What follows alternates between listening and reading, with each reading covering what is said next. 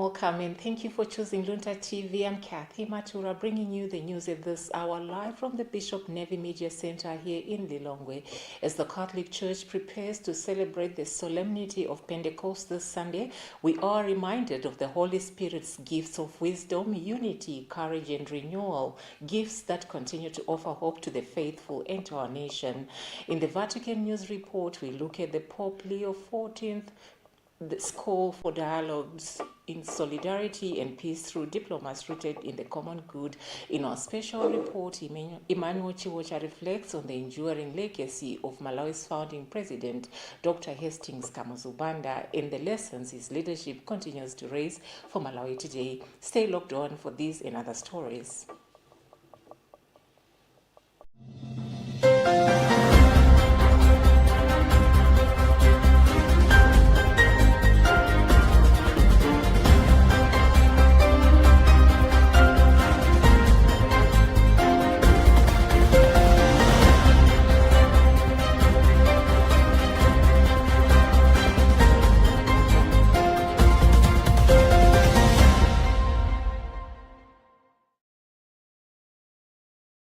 And now we give you the news in detail.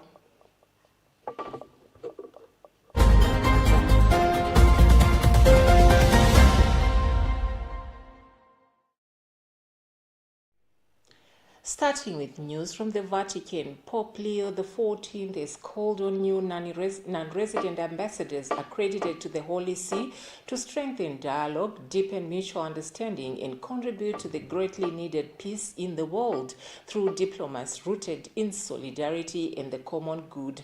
The Holy Father made the remarks while addressing ambassadors from Sierra Leone, Bangladesh, Yemen, Rwanda, Namibia, Mauritius, Chad, and Sri Lanka during the presentation of their credential letters at the Vatican. Cherid Chilanga reading a Vatican News report in our studios. That the meeting took place as the Church approaches the solemnity of Pentecost, recalling how the Spirit transformed fear into courage and division into unity among the disciples.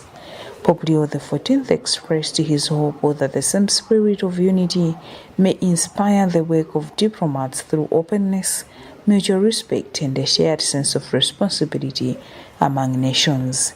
The Holy Father renewed his appeal for a return to diplomacy that promotes dialogue and seeks consensus at bilateral, regional, and multilateral levels, especially at a time when peace is increasingly sought through weapons and domination.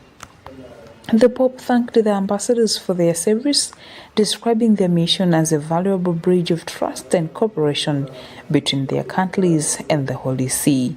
He concluded by assuring them of the support of the Secretariat of State and the dicasteries of the Roman Curia in carrying out their responsibilities, while all praying that their mission may contribute to a more just, fraternal, and peaceful world. In news from the capital, Lilongwe City Council carried out demolitions at Waka Waka Market on Friday, sparking chaos as traders found their shops and business structures torn down early in the morning. The council says the market was operating on an unauthorized site, which prompted the removal of the structures. However, the exercise went ahead despite a prior court injunction that had temporarily stopped the council from proceeding and barred the relocation of vendors to the bypass road area. Alison Banda with the details. Tensions escalated as police fired tear gas at protesting vendors, leading to the running battles throughout the morning. In the protest, angry vendors blocked M1 road, disrupting traffic flow and business activities in parts of the city. Police were later deployed to restore order, resulting in continued confrontations between the law enforcement officers and the traders. When Luntha Television visited the area, they were met with tear gas, making it difficult to conduct interviews on the ground. Efforts to speak to the mayor of the city and chief executive officer proved unsuccessful, as both officials could not be reached by phone. The demolition followed the expiry of a vacation notice issued by the City Council last month ordering traders to vacate the area. The exercise left business activities heavily disrupted, with affected traders demanding answers from authorities and the decision to proceed with the demolition despite the court order.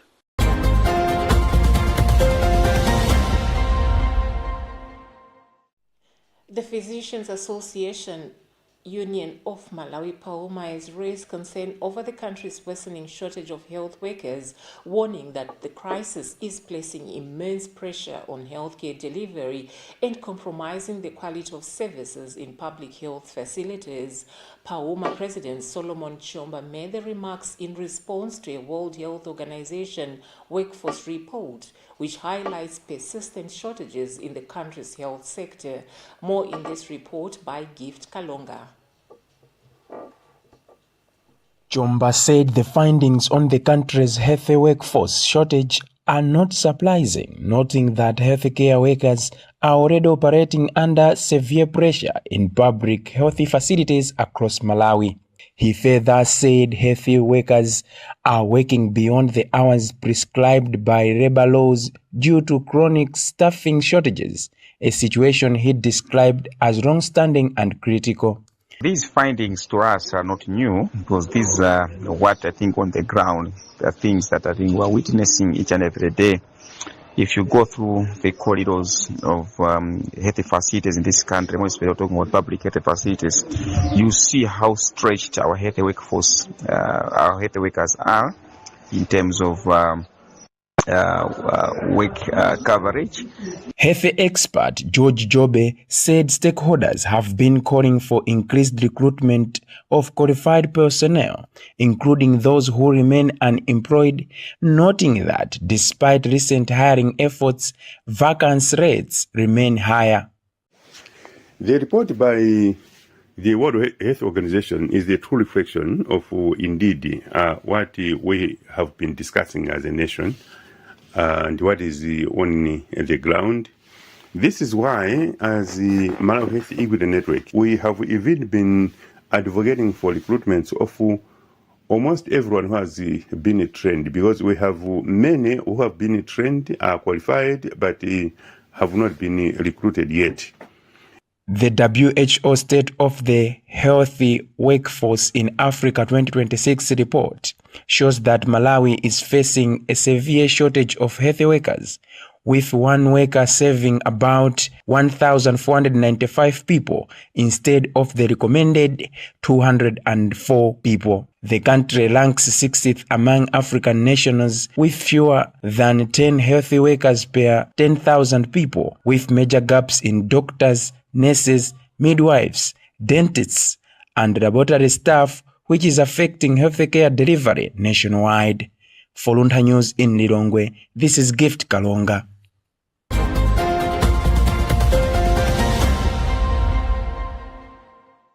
For Education Governance, LEG Executive Director Limpani Nsapato has called for stronger drug and mental health education in schools, warning that rising substance abuse among young people is threatening the country's education system. Nsapato made the remarks amid growing concerns over the increasing cases of indiscipline, vandalism, and mental health challenges among learners in schools. Judith Organ has filed a report. Speaking in an interview, Nsapato said the widespread availability of alcohol, drugs, and entertainment plays in communities is contributing to substance abuse among youth, with the effects now being reflected in schools. He said schools are experiencing rising cases of indiscipline, student challenging authority, vandalism, and even mental health problems such as suicide, describing the situation as a serious risk to learners' future and the education sector. Currently, we have seen that there is a lot of substance abuse within our society due to proliferation of entertainment places, drugs, alcohol. You have liquor shops everywhere, but also generally the delinquency from the youth. And you can see that what happens in society also happens in the school. And in our schools, you see a number of issues that one would say could be resulting from drug and substance abuse. Nsapato has since urged the Ministry of Education and the Malawi Institute of Education to strengthen drug and mental health education in the curriculum currently under review, while also calling on parents, churches, and communities to intensify awareness campaigns on the danger of substance abuse. For Luntha News in Lilongwe, this is Judith Organ.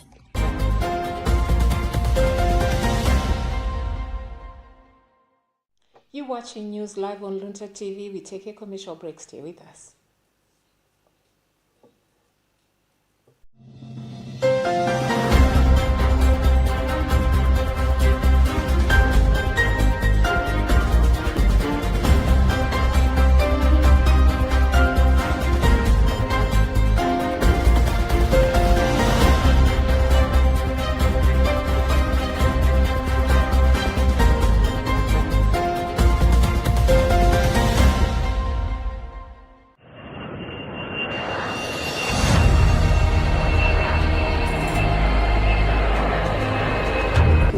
Announcement: transition to cashless ticketing.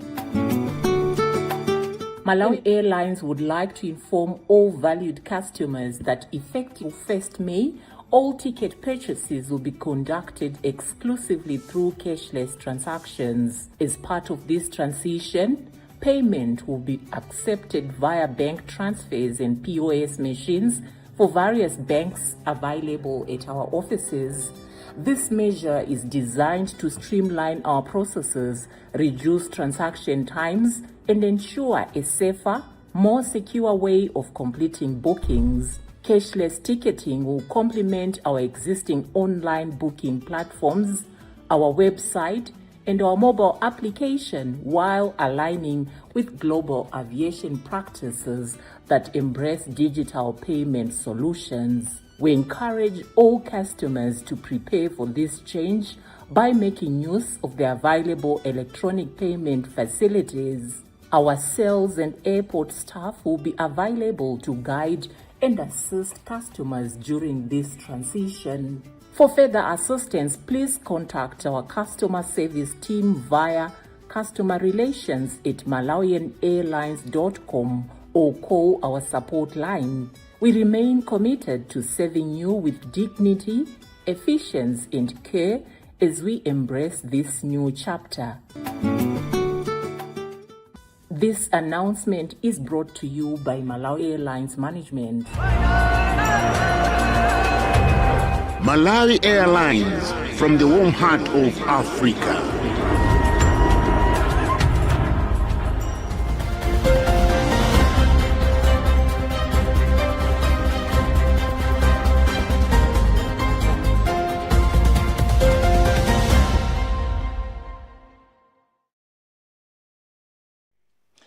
Welcome back. If you're just joining us, this is Luntha TV News and I'm Kathy Matura. But before we proceed, here's a recap of the top stories.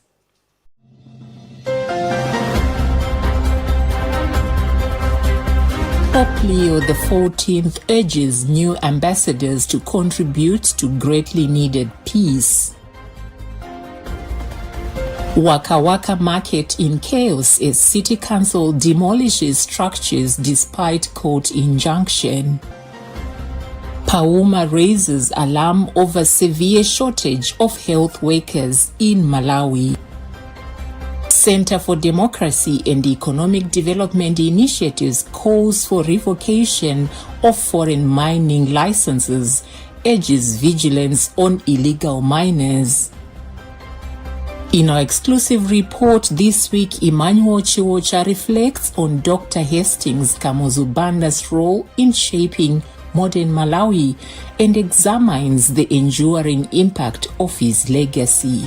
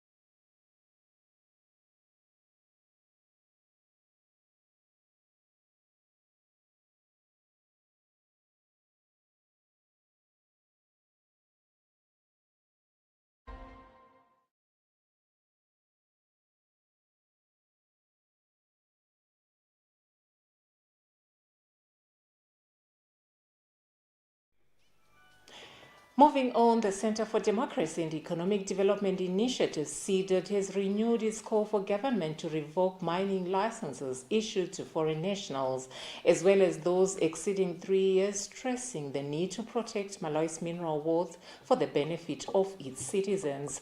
Addressing the press, Executive Director Sylvester Namiwa urged authorities to strengthen the Mining and Minerals Regulatory Authority, MMRA, citing staffing shortages and skills gaps. He also commended the Malawi Defense Force, MDF, for arresting 5 foreign nationals suspected of engaging in illegal mining activities. Namiwa further revealed that the arrest followed intelligence reports, including a tip about suspicious behavior by the suspects at a lodge in Chikwawa. He has since called on the public, particularly those in the hospitality sector, to remain vigilant and report any unusual activities involving foreign nationals. Namiwa explains. We would like to salute the MDF for acting on a tip they got from a working relationship that is there between artisan gold miners and the ministry responsible for mining and energy.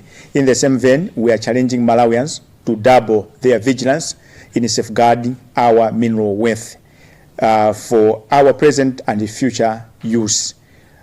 We have established entities that provide safety and security to our lives and property, but it begins with the citizens. It is for this reason that we are challenging those people that are working in hospitality industries to report any sinister and dubious activities by foreign nationals.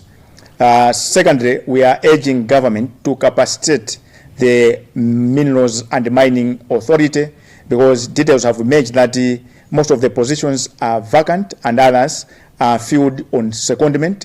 And in a worst case scenario, they have those whose competence and skills fall short of occupying such offices.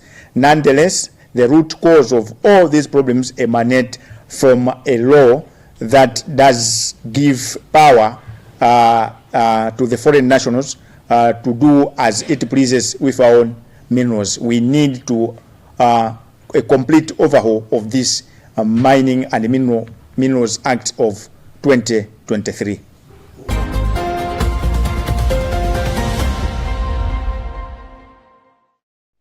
The Ministry of Health and Sanitation says it has intensified Ebola preparedness and response measures to protect Malawi from the possible importation and spread of the virus following outbreaks reported in the Democratic Republic of Congo and Uganda.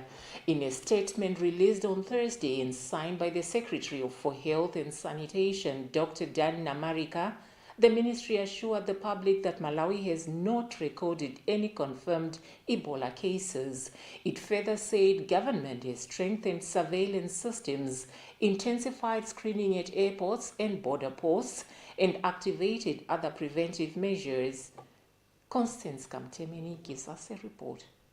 According to Namalika, surveillance systems have been strengthened in all districts and health facilities to improve early detection of suspected Ebola cases, while healthcare workers are also being trained on Ebola response. The ministry has also said isolation centers, rapid response teams, and public awareness measures are being strengthened across the country. Meanwhile, health expert George Jobe has commended the government for quickly responding to the regional Ebola threat, saying the ministry statement has helped assure Malawians that authorities are taking precautionary measures to protect the country. Jobe has also urged citizens to remain alert by understanding Ebola symptoms, reporting suspected cases early, and cooperating with health authorities, saying government alone cannot manage the threat without public support and awareness. To be on alert also, if anyone entering the country, we know the mix-up, they are intermarriages, they are the same communities,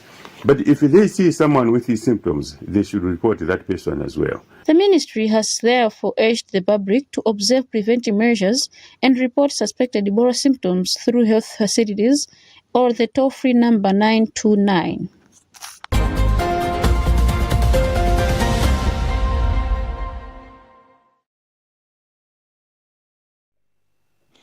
Nearly 3 decades after his death, the legacy of Malawi's founding president, Dr. Hastings Kamuzu Banda, continues to influence national conversations on leadership, governance, and development.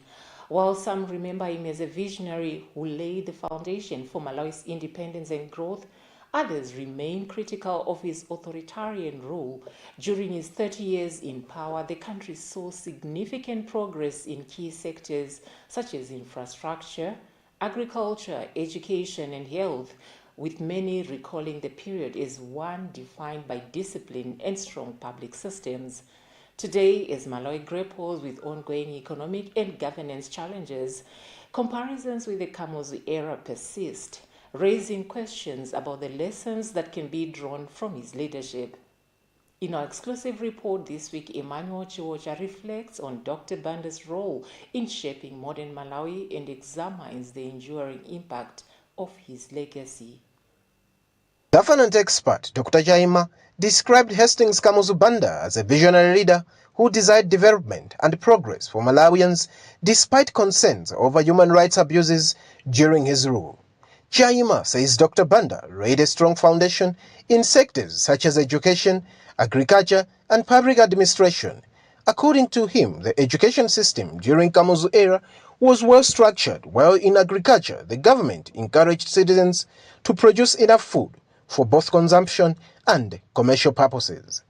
On governance, Chaima notes that the appointment in the civil service were largely based on merits, competency, and qualification, unlike the current situation where political affiliation is often seen as influencing appointments. Our economy has collapsed terribly and badly because, number one, we are putting groups of people in bad positions or in wrong positions. Positions of public services which are supposed to be filled by competent and highly qualified people is actually filled by some political appointments. Social commentator Lagembewe says the significant difference in infrastructure development during the Kamuzu era and the present day. Mbewe says infrastructure constructed during Dr. Banda's leadership was of high quality and built to last, adding that the city councils strictly enforces rules and regulations compared to current practices. People have become so reckless up until the present time that they are building anywhere, anything that they want, even infrastructure that does not even conform to quality, things of that sort. So we cannot compare. I think we can do much better if we go back to the drawing board and understand what the quality means.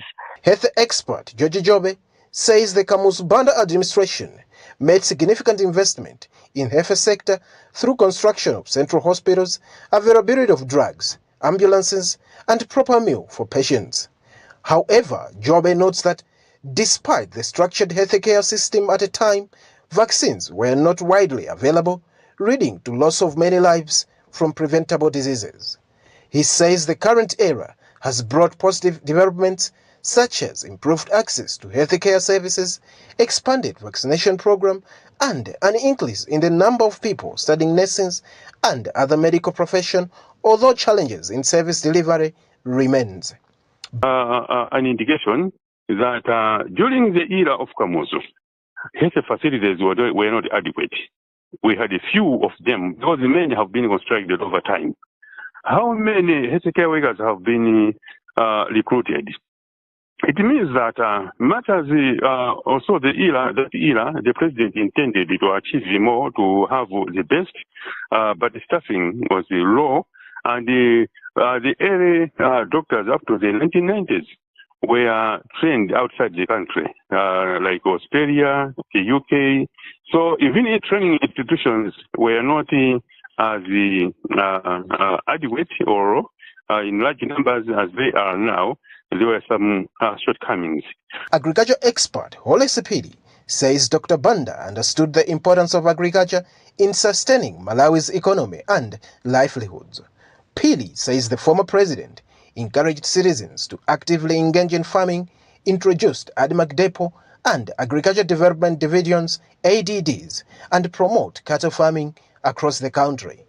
He adds that while democratic reforms change the operations of ADMAC, the country has also registered progress in modern farming through mechanization and increased crop production, despite persistent challenges in the agriculture sector. On in the Kamuzu era, trying to phase them out, but we all know now they are one of the most, they're actually the flagship of government policy when it comes to smallholder farms in Malawi. So that's something that we're continuing from the Kamuzu era.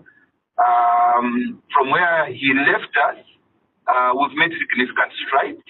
Security expert Dr. Sherifi Gaisi says the security agencies during Dr. Banda era operated in a tightly controlled environment aimed at maintaining national security and discipline. Gaisi, however, notes that the period was also associated with human rights violation and fear among citizens. He says that unlike during the one-party era, modern-day security institutions operate with democratic principles and emphasize human rights and cooperation between citizens and security agencies. Party democracy, a number of factors contributed to the change of how the police or the security agencies would do their work. Number one, during the one-party system of Kamsbanda, like I have said, the police was a force. You remember we had the Malawi Police Mobile Force and Malawi Police MPF, and later through the structural changes in the government reforms, for example, public reform, the police was reformed, particularly from the Malawi Police Mobile Force to Malawi Police Service, MPS, as we stand today. As Malawi continues to navigate economic hardship, governance concerns and development challenges, Dr. Hastings Kamsubanda leadership remains a point of reflection for many citizens and experts alike. While opinions remain divided over his style of rule, many agree that his administration left a lasting imprint on the country's institution, infrastructure, and national identity. Nearly 3 decades after his death, the debates surrounding Kamuzu legacy continue to highlight both the achievements and shortcomings of Malawi's most influential leaders. For Luntha News, in Lilongwe, this is Emmanuel Chiwocha.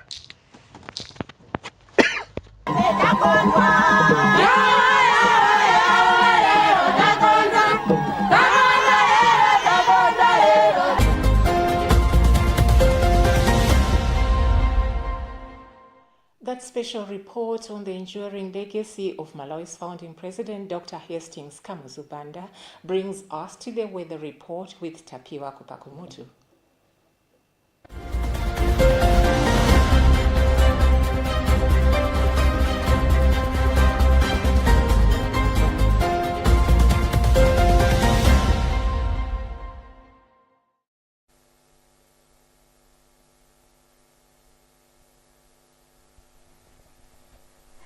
Good evening, and it's time for weather forecast.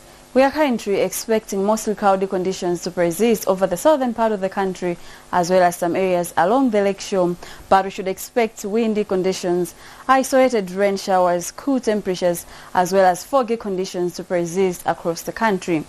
Mwela winds are also expected to continue blowing over our lake water bodies such as Lake Malawi and Lake Chirwa. Hence, we are still advising all lake users, including fishermen, to continue being very observant. This is all due to the influence of this high-pressure system, which is still pumping in fairly moist and cool southeasterlies into the country, influencing these conditions. This is why tonight we are still expecting mostly cloudy conditions to persist over the southern part of the country, while partly cloudy conditions are expected over the central as well as most areas over the north. We are also expecting chilly conditions to persist over most areas, accompanied by occasional windy conditions. Similar conditions are also expected tomorrow in the morning hours, accompanied by mild temperatures in some areas such as Ngabu, Nsanje and Mangoshi at 20 degrees Celsius, while cool temperatures are expected over most areas in the south. We should also expect cold temperatures in some areas, especially over the central region.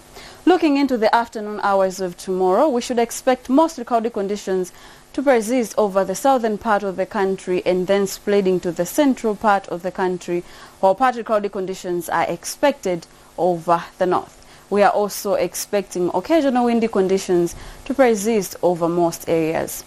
Temperatures will feel hot tomorrow in the afternoon over some areas such as Ngabu, Nsanje and Mangoshi, but we should expect generally mild conditions to persist over some areas in the south, warm over the central, while mild conditions are also expected over the north. Looking into Sunday, we should expect partly cloudy conditions over most areas in the south, the central, as well as the northern part of the country, accompanied by occasional windy conditions as well as chilly temperatures. Hamtepwa Kutakumudu, be wise, be weatherwise.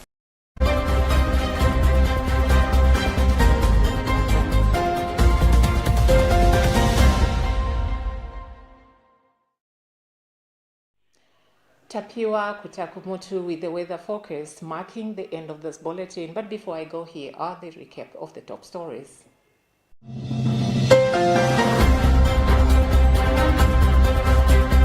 Pope Leo XIV urges new ambassadors to contribute to greatly needed peace. Waka Waka market in chaos as City Council demolishes structures despite court injunction. Pauma raises alarm over severe shortage of health workers in Malawi. Center for Democracy and Economic Development Initiatives calls for revocation of foreign mining licenses, urges vigilance on illegal miners. In our exclusive report this week, Emmanuel Chiwocha reflects on Dr. Hastings Kamuzu Banda's role in shaping modern Malawi and examines the enduring impact of his legacy.